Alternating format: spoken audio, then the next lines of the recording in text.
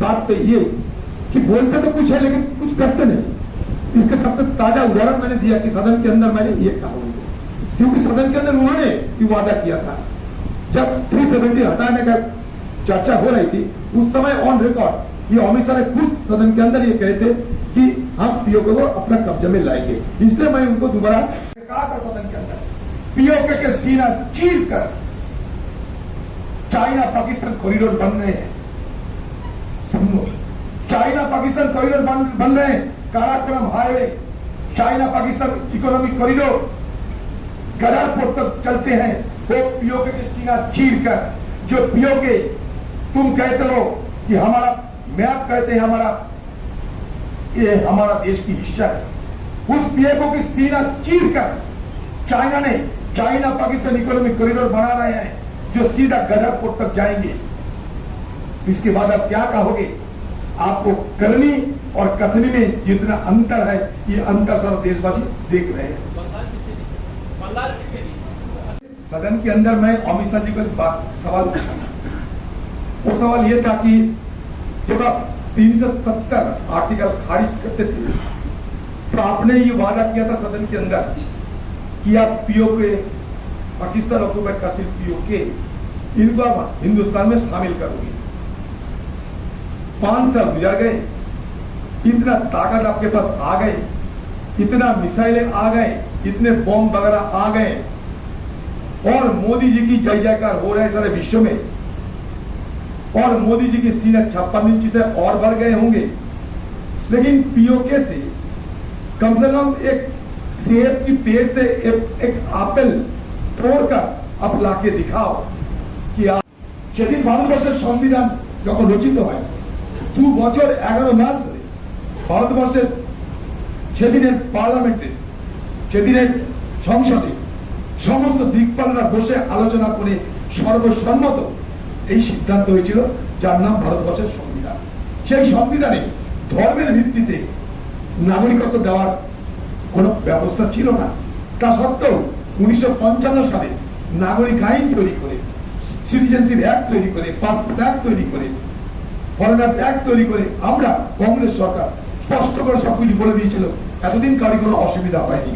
সে অসুবিধা তৈরি করা হচ্ছে, কৃত্রিম ভাবে সে অসুবিধা তৈরি করা হচ্ছে। তারপর দেখানো হচ্ছে সে অসুবিধা দূর করার নায়কের নাম মোদী। হঠাৎ করে নির্বাচনের সময় দিল্লি থেকে সরকারি দলের যিনি চিফ সেক্রেটারি, সরকারের চিফ সেক্রেটারি, তিনি কেন এই কাজ করছেন এটা বুঝতে গেলে অসুবিধা নাই। কারণ ভোটের নাগরিক আইন সাম্প্রদায়িক বিভাজনের প্রয়োজন। মোদী বুঝতে পারছে 4 দফা নির্বাচনের পর মোদীর হাল বেহাল, তাই তার একমাত্র হাতিয়ার নির্বাচনে ধর্মীয় মেরুকরণ। গতবার বালাকোট ছিল, এবার বালাকোট নেই।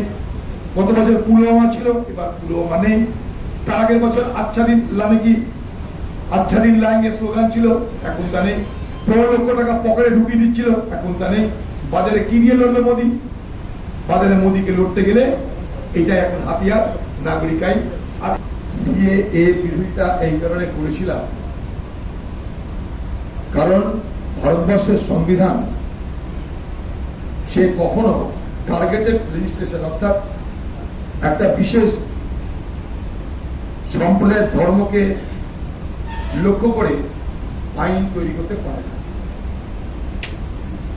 এবং তার জটিলতা সম্পর্কে ভারত সরকার নিজে ওয়াকিবহাল ছিল বলেই 2019 সালে সিএএ পাস করলেও আজও পর্যন্ত তা ভারতবর্ষে চালু করতে পারে।